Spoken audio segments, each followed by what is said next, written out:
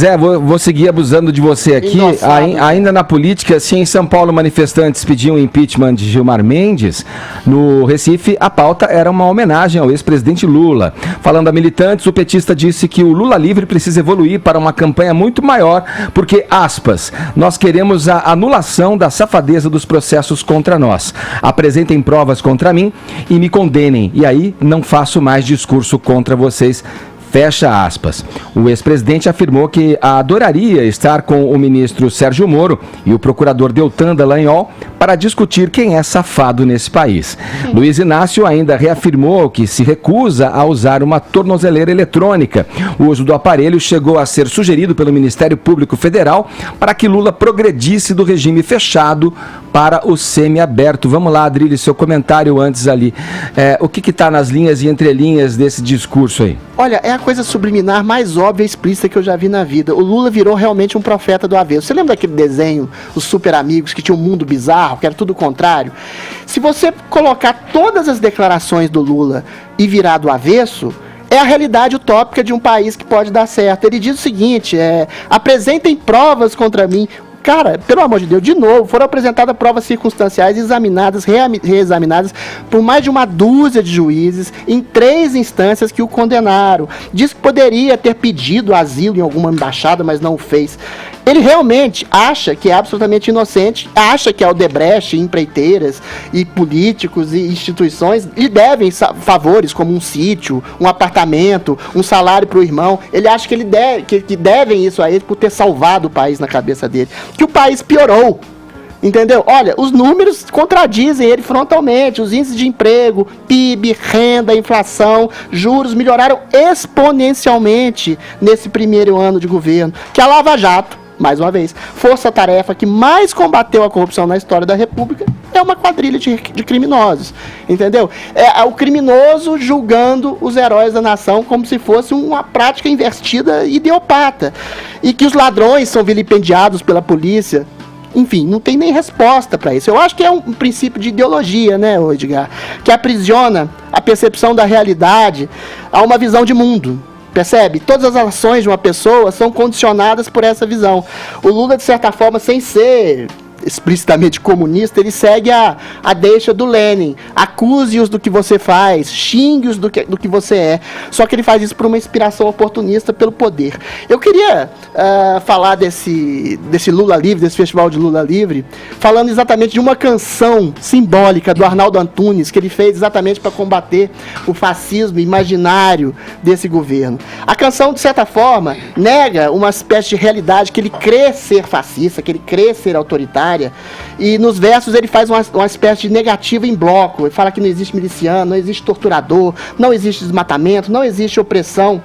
E aqui eu vou falar uns versos da canção aqui. Você quer ver? Calma.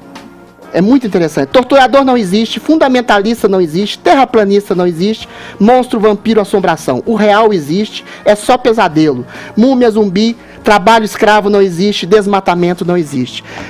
É curioso, vou fazer uma análise psicanalítica dessa letra. Em nenhum momento ele fala: corrupção não existe, hipocrisia não existe, ideologia não existe. Exatamente, ele deixa de fora os princípios que são o norte de uma idiopatia que une pessoas em nome de um homem que manda fazer uma sublevação popular em torno de um governo que não é fascista, em torno de um homem que comandou o maior processo de corrupção da história documentada da humanidade. Essa é uma lavagem cerebral que mostra como a ideologia aprisiona e mata até mesmo a arte, a poesia de pessoas talentosas como Arnaldo Antunes, que acho que não sei se estava no Lula Livre ontem, que endossam um homem que é eventualmente um corrupto, notório e histórico. A lavagem cerebral, Edgar, da idiopatia progressista, que arregimenta não só populares, como intelectuais orgânicos, justifica toda sorte de barbaridade e atrocidade real. Essa é a origem do mal, gente. A origem do mal é exatamente uma boa intenção utópica, que se justifica em qualquer canalice, em qualquer sordidez, que mata, inclusive, a própria poesia de um homem bem intencionado como é o Arnaldo Antunes. Vamos lá, Zé Trindade, quero te ouvir agora a respeito disso, te passando a seguinte bola aí. Em recente entrevista, uma declaração ao jornal argentino, ao periódico Clarim, o Gilmar Mendes disse que essa votação em torno da suspeição aí de Sérgio Moro aí, deve entrar aí na discussão do STF nos próximos dias aí. Como você avalia essa temperatura no STF, Zé, em torno disso? A centralização de todo o debate, inclusive político, fica no Supremo Tribunal Federal. Gilmar Mendes quer tornar provas aqueles dados roubados, né, através de hackers, e foi um crime, tanto é assim que todos estão presos, com tentativa de liberdade negada em todos os tribunais, inclusive no Supremo, e Gilmar Mendes quer usar exatamente esses dados para mostrar ou tentar provar que o então juiz Sérgio Moro foi parcial ao julgar o ex-presidente Lula. Lula, livre nesta senha, nesses discursos aí, está fazendo política, são discursos políticos. Eu não acredito que ele se pensa inocente. A ideia do PT é a seguinte, é de que os crimes que são comprovados, dinheiro devolvido, confissões, ninguém confessa o que não fez, né? O máximo ali é de que valeu a pena aquela história de fins justificam os meios. Edgar, existe aqui em Brasília um debate na esquerda para tentar se livrar desta pecha aí, de Lula livre. Sim. E não é bom misturar. É muito difícil. Ele está centralizando ali uma atenção da esquerda. Essa história de misturar política com polícia não dá certo. Todos nós, de uma geração mais antiga, tínhamos os nossos direitas ladrões em cada estado. Maluf aí, em Minas, Francelino, em vários outros estados. Cada estado tinha o seu direito a ladrão, né? E agora tem os esquerdas ladrões. Então, é bom separar o que é uma coisa e o que é outra. Eu entendo que essa história de honestidade, integridade e caráter é o ponto inicial para a política.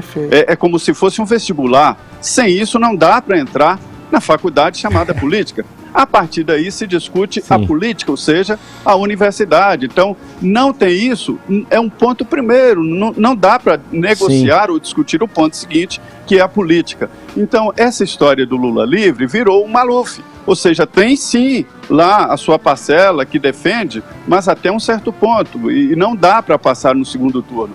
E é isso que a esquerda está tentando se livrar e não consegue. Esse discurso não agrada a todos. Sim, Zé, obrigado pela sua informação, pela sua explanação aí desses casos que andam acometendo o Brasil ultimamente nesse setor da política. Zé, qualquer novidade é só chamar a gente por aqui, tá bom? Valeu, um abração pra você. Muito bem, obrigado. Bom dia.